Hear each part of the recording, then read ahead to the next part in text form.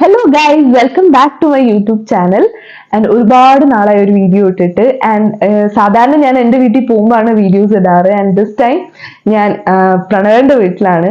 So ബാവ താഴെ കളിക്കുകയാണ്. അപ്പൊ ഇന്ന് നമ്മൾ ചെയ്യാൻ പോകുന്ന വീഡിയോ എന്ന് പറയുന്നത് things which my baby use. എൻ്റെ ഭാവിക്ക് ഞാൻ വാങ്ങിച്ച കുറച്ച് സാധനങ്ങളുണ്ട്.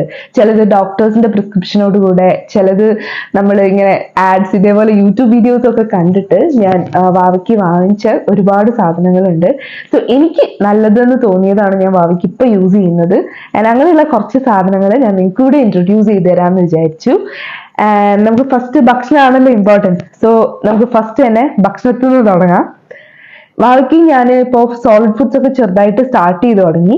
സോ ആ ടൈമിൽ ഇപ്പോൾ നമ്മൾ റാഗിയൊക്കെ കൊടുക്കുന്ന സമയത്ത് ഞാൻ അതേപോലെ വാഴയ്ക്കപ്പൊടി അങ്ങനത്തെ ഒക്കെ കൊടുക്കുന്ന സമയത്ത് നമ്മൾ അതിനകത്ത് പാല് ആഡ് ചെയ്യണം. ഭാവിക്ക് 1 വയസ്സാവാത്തത് കൊണ്ട് കൗ മിൽക്ക് യൂസ് ചെയ്യാന്ന് പറയുന്നത് പോസിബിൾ അല്ല.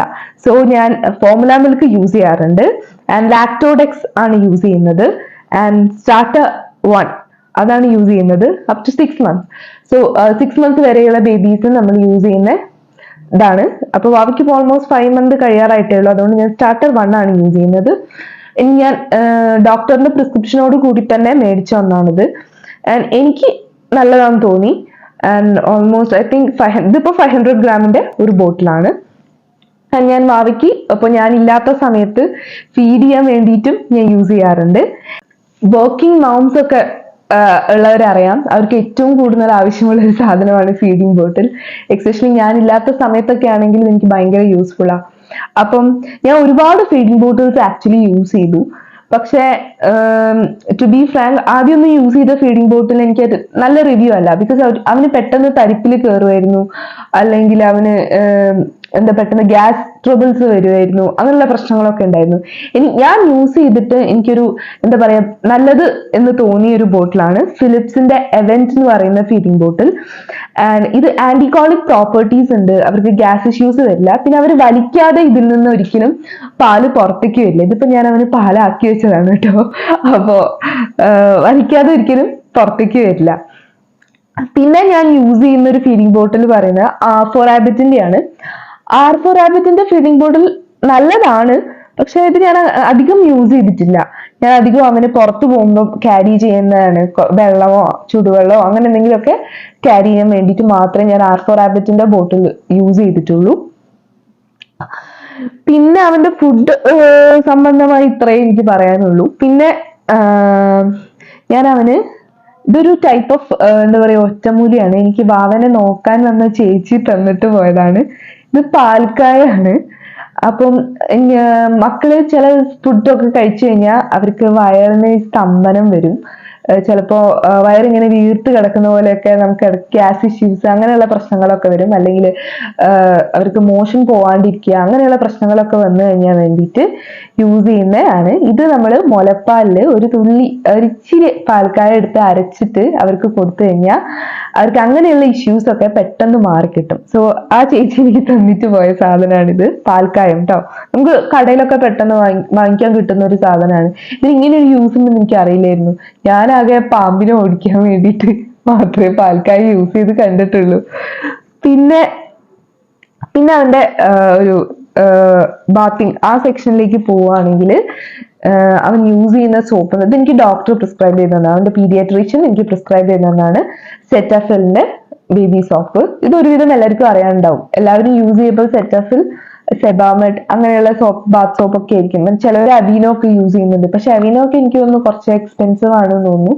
സെറ്റാഫിലും കമ്പാരിറ്റീവ്ലി എക്സ്പെൻസീവ് ആണ്. ഓൾമോസ്റ്റ് 200 സംതിങ് വരും ഒരു സോപ്പിന്. പിന്നെ നല്ല സോപ്പാണ് കേട്ടോ. ഷീ ബട്ടർ അതിന്റെ സ്കിന്നൊന്ന് മോയ്സ്ചറൈസ് ആയിട്ട് വെക്കാൻ വേണ്ടിയിട്ട് യൂസ് ചെയ്യാൻ പറ്റും.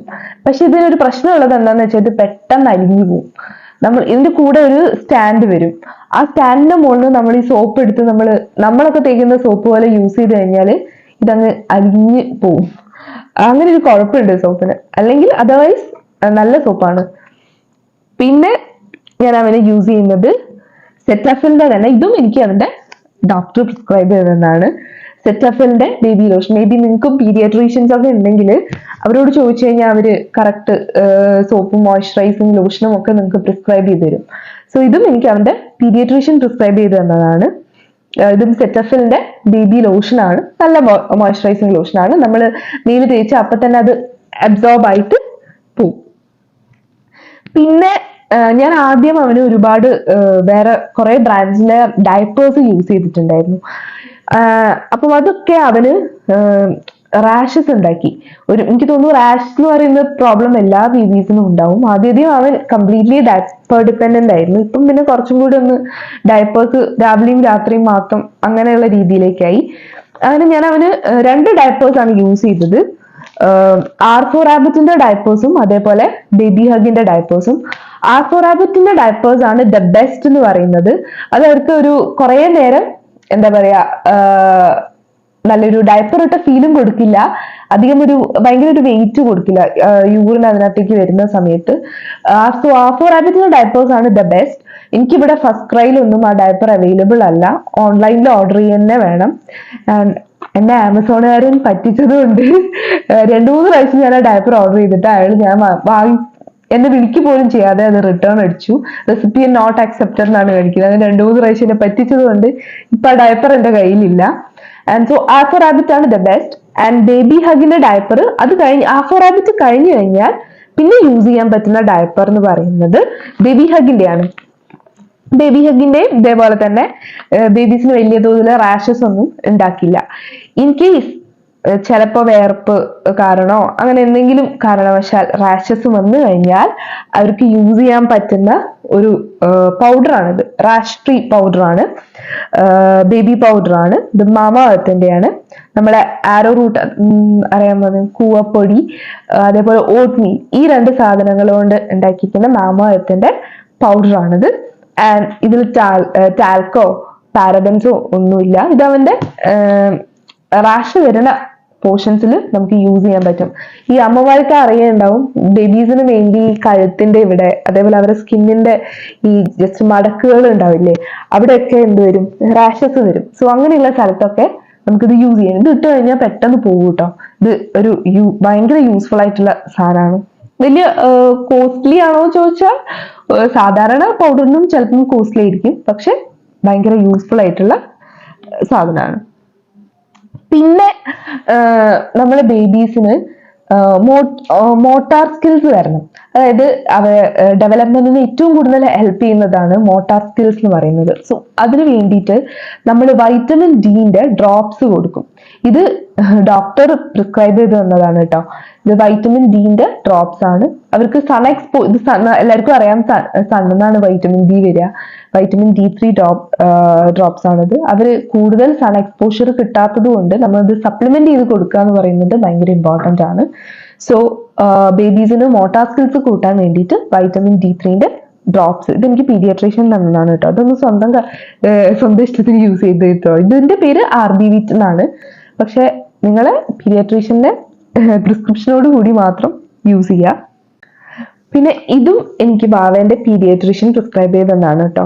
അതായത് ഒരുവിധം എല്ലാ മക്കൾക്കും വരുന്ന പ്രശ്നമാണ് ഈ വായില് ഫംഗൽ ഇൻഫെക്ഷൻസ് വരും. ഇവർ ഈ ചില സാധനങ്ങൾ എടുത്ത് വായിലിടുമ്പോൾ അല്ലെങ്കിൽ കൈ ഇങ്ങനെ സക്ക് ചെയ്യുന്നൊക്കെ സമയത്ത് ഇവർക്ക് ഫംഗൽ ഇൻഫെക്ഷൻ വരും വായിൽ. ഇനി ഒരു വെള്ള പാച്ച് പോലെ ഇങ്ങനെ വരും. അപ്പം അങ്ങനെയുള്ള സമയത്ത് അവർക്ക് വായിൽ തേച്ചു കൊടുക്കാൻ പറ്റുന്ന ഒരു സാധനം, ഇതിന്റെ പേര് കാൻഡിഡ് എന്നാണ്. കാൻഡിഡ് ക്ലോട്രിമൈസോൾ മൗത്ത് പെയിന്റ് എന്നാണ്.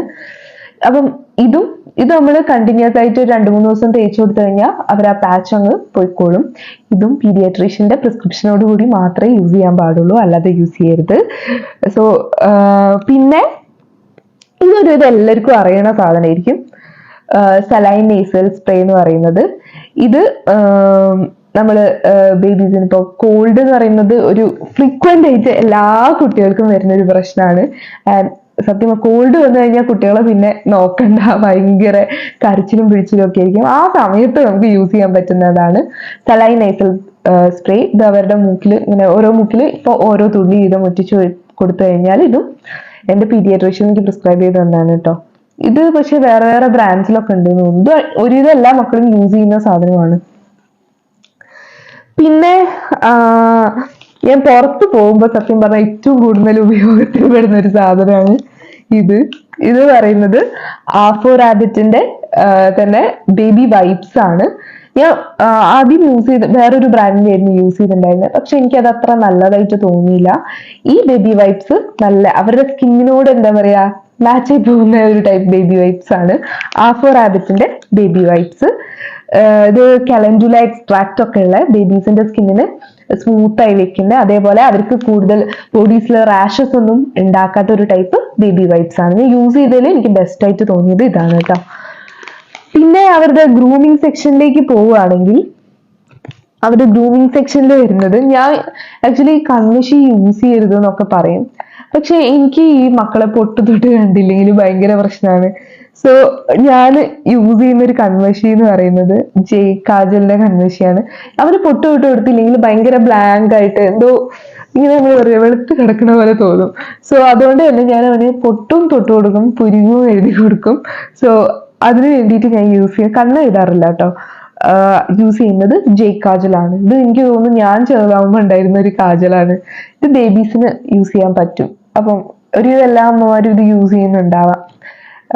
സോ അങ്ങനെ കണ്ണെഴുതി കൊടുക്കണം നിർബന്ധമുള്ളവരാണെങ്കിൽ ഈ ടൈപ്പ് കാജൽ അല്ലെങ്കിൽ ഏതെങ്കിലും ഓർഗാനിക് കാജൽ അല്ലെങ്കിൽ നിങ്ങൾക്ക് വീട്ടിൽ തന്നെ ഉണ്ടാക്കാവുന്നതാണ്. പിന്നെ എന്ന് പറയുന്നത് നെയിൽ കട്ടർ. ഇത് ഇപ്പൊ റീസെന്റ് ആയിട്ട് മാർക്കറ്റിൽ വന്ന ഒരു സംഭവമാണ്. ആദ്യം കുഞ്ഞു നെയിൽ കട്ടേഴ്സ് ആയിരുന്നു ബേബീസിന് യൂസ് ചെയ്തിട്ടുണ്ടായിരുന്നത്. എന്റെ അമ്മയൊക്കെ പറഞ്ഞു, ഞാനൊക്കെ ചെറുതാകുമ്പോൾ നഖം കടിച്ചായിരുന്നു മുറിച്ചോണ്ടിരുന്നത്, നെയിൽ കട്ടേഴ്സ് ഒന്നും ഉണ്ടായിരുന്നില്ല. ബിക്കോസ് നമ്മൾ യൂസ് ചെയ്യുന്ന നെയിൽ കട്ടേഴ്സ് അവർക്ക് കട്ട് ചെയ്യാൻ വേണ്ടി യൂസ് ചെയ്ത് കഴിഞ്ഞാല് ഈ നെയിൽസ് പെട്ടെന്ന് ബ്ലീഡ് ചെയ്യും. അപ്പം പിന്നെ ചിലത് ഉള്ളോട്ട് കയറി കഴിഞ്ഞാലൊക്കെ അവർക്ക് ഭയങ്കര പെയിൻഫുൾ ആവും, അങ്ങനെയുള്ള പ്രശ്നങ്ങളൊക്കെ വരും. അപ്പം പക്ഷെ അതിലൊക്കെ ഒരു ലൈഫ് സേവിങ് സാധനമാണ് ഈ നെയിൽ കട്ടർ. ഇത് ഏതാ ബ്രാൻഡ് ഒന്നും എനിക്കറിയൂല, ബ്രാൻഡ് ഒന്നും എനിക്കറിയാം, ഞാൻ ഓൺലൈനിൽ മേടിച്ചതാണ്. ഇതില് നമുക്ക് ബേബീസിന് യൂസ് ചെയ്യാം, ഓരോ മന്ത്സിന് ഓരോ ബ്ലേഡ്സ് ഉണ്ട്, അപ്പം അങ്ങനെ യൂസ് ചെയ്യാം. ഇപ്പോ ഇതെനിക്കൊരു ബ്ലൂ കളറാണ് ഞാൻ എൻ്റെ ബേബിക്ക് യൂസ് ചെയ്യുന്നത്. ആൻഡ് ഇത് അവർക്ക് പ്രത്യേകിച്ച് ബ്ലീഡിങ് എഫക്റ്റ് ഒന്നും, അതായത് ബ്ലീഡിങ് ഒന്നും ഉണ്ടാവില്ല. കയ്യിലിപ്പോൾ നമ്മൾ കുറച്ച് ഉള്ളോട്ട് കയറി പോവുക, അങ്ങനെ പെട്ടെന്ന് നെയിൽ ട്രിമ്മായി പോകുന്ന പ്രശ്നങ്ങളൊന്നുമില്ല. അവർ ഉറങ്ങി കിടക്കുമ്പോഴാണ് അങ്ങനെ നമുക്ക് നെയിൽ ട്രിം ചെയ്യാം. ഞാൻ അവനോട് അടങ്ങി കിടക്ക്, ഞാൻ കൈ മുറിക്കും എന്നൊക്കെ പറഞ്ഞ് പേടിപ്പിച്ചിട്ട് വേണേ അങ്ങനെ. ഇതിന് മുകളിൽ ഒരു ലൈറ്റ് ഒക്കെ ഉണ്ട്, അപ്പൊ അവൻ ഭയങ്കര ശ്രദ്ധയോടെ ഇത് നോക്കി കിടന്ന്, അങ്ങനെയൊക്കെ നമുക്ക് വേണമെങ്കിൽ അവരെ കളിപ്പിച്ചിട്ടോ എങ്ങനെ വേണമെങ്കിലും നെയിൽ ട്രിം ചെയ്തെടുക്കാം. അപ്പൊ ഇത്രയൊക്കെ സാധനങ്ങളാണ് ഞാൻ എൻ്റെ ബേബിക്ക് യൂസ് ചെയ്യുന്നത്, എന്താ കാര്യമായിട്ട് യൂസ് ചെയ്യുന്നത് കേട്ടോ. പിന്നെ അല്ലാണ്ട് അങ്ങനെ എസെൻഷ്യൽസ് ഒന്നുമില്ല. പിന്നെ ഞാൻ യൂസ് ചെയ്യുന്നത് അവന്റെ ഓയിൽ എന്ന് പറയുന്നത്, ഞാൻ ആക്ച്വലി വീട്ടിൽ ഉണ്ടാക്കുന്ന വെളിച്ചെണ്ണയാണ് അവന് യൂസ് ചെയ്യുന്നത്. അവന് തലയിൽ തേക്കാനും അതേപോലെ മേലിൽ തേക്കാനും. അപ്പോ അതെന്താന്ന് വെച്ചാല് ഞാനും അത് തന്നെയാണ് യൂസ് ചെയ്യുന്നത്. ആക്ച്വലി ഞാനിവിടെ കല്യാണം കഴിഞ്ഞ് വന്ന സമയത്ത് എനിക്ക് നല്ല രീതിക്ക് അലർജി പ്രോബ്ലംസ് ഉണ്ടായിരുന്നു, അതേപോലെ കോൾഡ് ഉണ്ടായിരുന്നു. ഒന്ന് ജസ്റ്റ് ഇങ്ങനെ നമ്മൾ അടിച്ചു വാരി ഒന്ന് പൊടി തട്ടി കഴിഞ്ഞാൽ എൻ്റെ കഥ അന്നത്തെ ദിവസം പോക്കാ, തുമ്മി നീരിറക്കം, അങ്ങനെയുള്ള എല്ലാ പ്രശ്നങ്ങളും എനിക്കുണ്ടായിരുന്നു. അപ്പം ആ സമയത്ത് എനിക്കിവിടെ പ്രണവേണ്ട അമ്മയാണ് ഒരു വെളിച്ചെണ്ണ എനിക്ക് ഉണ്ടാക്കി തന്നു. ആൻഡ് അത് ഞാൻ തേച്ചതിന് ശേഷം പിന്നെ എനിക്ക് ജലദോഷം, തൊണ്ടവേദന, ഇങ്ങനെ അലർജി പ്രോബ്ലം, അങ്ങനത്തെ ഒരു പ്രശ്നം എനിക്ക് വന്നിട്ടുണ്ടായിരുന്നില്ല. അമ്മ അത് ആക്ച്വലി പ്രണവേണ്ട അനിയന് ഇതേപോലത്തെ പ്രശ്നം വന്നപ്പോൾ ഉണ്ടാക്കി കൊടുത്തായിരുന്നു ചെറുപ്പത്തില്. ആൻഡ് ഞാനിപ്പോ ആ എണ്ണ തന്നെയാണ് വാവനെയും തേപ്പിക്കുന്നത്. അതുകൊണ്ട് തന്നെ അവന് വലിയ തോതിൽ ജലദോഷം അങ്ങനെയുള്ള പ്രശ്നങ്ങളൊന്നും ഇല്ല. അപ്പോ അവനും അത് തന്നെയാണ് ഇപ്പോഴും യൂസ് ചെയ്യുന്നത്. ഞാൻ അവന് വേറെ എണ്ണയൊന്നും തേപ്പിച്ചിട്ടില്ല ഇതുവരെ.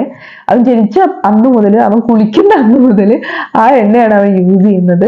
അതുകൊണ്ട് തന്നെ അവനൊരു ചെറിയ കോൾഡൊക്കെ വന്നാൽ കൂടി അത് പെട്ടെന്ന് മാറിപ്പോവാറുണ്ട്. ഞങ്ങൾ വലിയൊരു സ്ട്രഗിളിലേക്ക് അത് കൊണ്ടുപോകാറില്ല. ആൻഡ് അതിന്റെ റെസിപ്പി വേണമെങ്കിൽ കമന്റ് ബിലോ. ആൻഡ് ഞാൻ അമ്മനെ കൊണ്ട് ചെയ്യിപ്പിക്കാം കേട്ടോ, അമ്മനെ കൊണ്ടൊരു വീഡിയോ ചെയ്യിപ്പിക്കാം. ഇത്രയേ ഉള്ളൂ ഇന്നത്തെ വീഡിയോ. ആൻഡ് നിങ്ങൾക്ക് വീഡിയോ ഇഷ്ടപ്പെട്ടെങ്കിൽ എന്റെ മോന്റെ സാധനങ്ങൾ, ഹലോ നോക്ക്, എന്റെ മോന്റെ അങ്ങോട്ടല്ല ഇങ്ങോട്ട്, എന്റെ മോന്റെ സാധനങ്ങൾ നിങ്ങൾക്ക് ഇഷ്ടപ്പെട്ടെങ്കിൽ to like, share and subscribe. അപ്പൊ ഇത്രയേ ഉള്ളൂ. ബൈ പറ ടാറ്റാ.